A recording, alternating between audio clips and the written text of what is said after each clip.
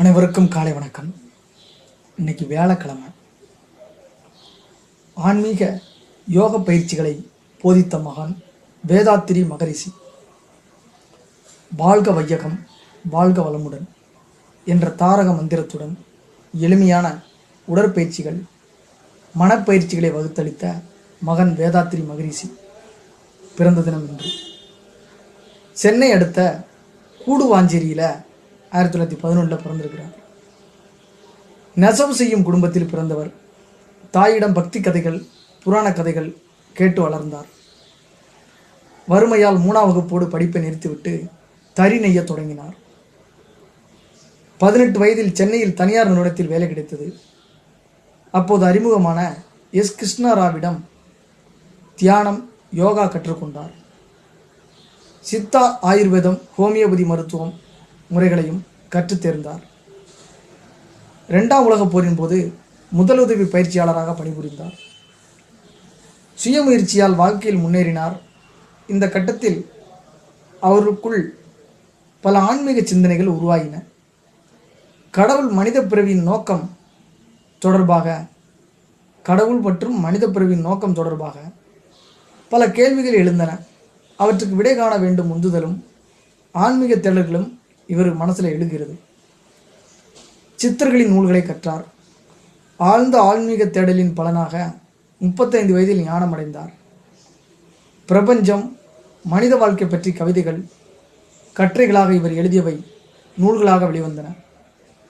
விஞ்ஞானமும் மெய்ஞானமும் கலந்து 2000க்கும் மேற்பட்ட தமிழ் பாடல்களை எழுதியிருக்கிறார்.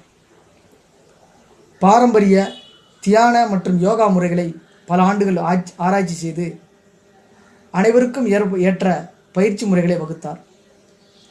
குண்டலினி யோகம், எளிய உடற்பயிற்சிகள், மன தூய்மை அளிக்கும் சுய பரிசோதனை, முதுமையை தள்ளி போடும் காயகல்ப பயிற்சி, இவை நான்கும் சேர்ந்த ஒருங்கிணைந்த வாழ்க்கை முறையை வகுத்தார். இவற்றை மக்களுக்கு கற்றுத்தர பல இடங்களிலும் மனவளக்கலை மன்றங்கள், அறிவு திருக்கோயில்களை ஏற்படுத்தினார். எல்லா மதங்களின் சாரமும் ஒன்றே என்று வலியுறுத்தினார். உலக சமாதானம் என்ற நூலை 1957 வெளியிட்டார். பல்வேறு நாடுகளில் ஆன்மீக சொற்பொழிவுகள் நிகழ்த்தியிருக்கிறார். மனிதகுலம் அமைதியுடனும் வாழும் முறைகளை எடுத்துரைக்க 1958 உலக சமுதாய சேவா சங்கத்தை தொடங்கினார். இது இந்தியா மட்டுமின்றி பல நாடுகளிலும் இயங்கி வருகிறது. இவர் வகுத்த தியான முறைகள், கோட்பாடுகள் இன்று உலகம் முழுவதும் பின்பற்றப்படுகின்றன. பாரதியார் பல்கலைக்கழகம், தஞ்சை தமிழ் பல்கலைக்கழகம் உட்பட பல கல்வி நிறுவனங்களின் பாடத்திட்டத்தில் இவரது நூல்கள் இடம்பெற்றிருக்கிறது. வேதாத்திரியின் இறைநிலை விளக்கம், பிரம்மஞான சாரம், நான் யார் என்பது உட்பட தமிழிலும் ஆங்கிலத்திலும் 80 நூல்களை சும்மா இருக்க மாட்டாமல் எழுதியிருக்கிறார். என்ன செய்யறது? பொள்ளாச்சி அருகே ஆழியாறில் அருள் பெருஞ்சோதி நகரை 1984 நிர்மாணித்தார். அன்பொழி என்ற ஆன்மீக இதழை வெளியிட்டார். ஆன்மீக நெறிகளோடு இல்லற வாழ்க்கைக்கு தேவையான தத்துவங்களையும் உபதேசித்தார். வாழ்க வையகம், வாழ்க வளமுடன் என்ற போதனையுடன் பல லட்சம் மக்களுக்கு அருளுரை வழங்கிய மகான் வேதாத்திரி மகரிஷி கூடுவாஞ்சேரியில் பிறந்துட்டு 95 வயது 2006 2K கிட்ஸ் பிறந்த வருஷத்தில் இறந்து போகிறார்.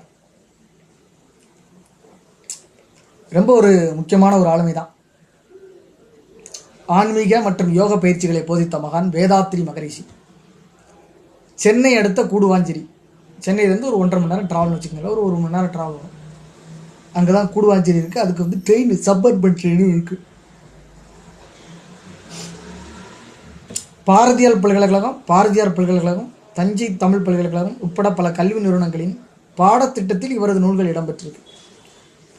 வேதாத்திரியின் இறைநிலை விளக்கம், பிரம்மஞான சாரம், நான் யார் என்பது உட்பட தமிழிலும் ஆங்கிலத்திலும் 80 நூல்களை எழுதியிருக்கிறார்.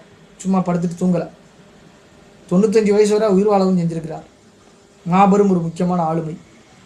ஆகஸ்ட் 14 கிட்டத்தட்ட நாளைக்கு சுதந்திர தினம். இன்னைக்கு வேலைக்கிழமை. இவரை சந்தித்த மகிழ்ச்சியோடு இந்த நாள் இனிதே நிறைவு பெறுகிறது. நன்றி, வணக்கம்.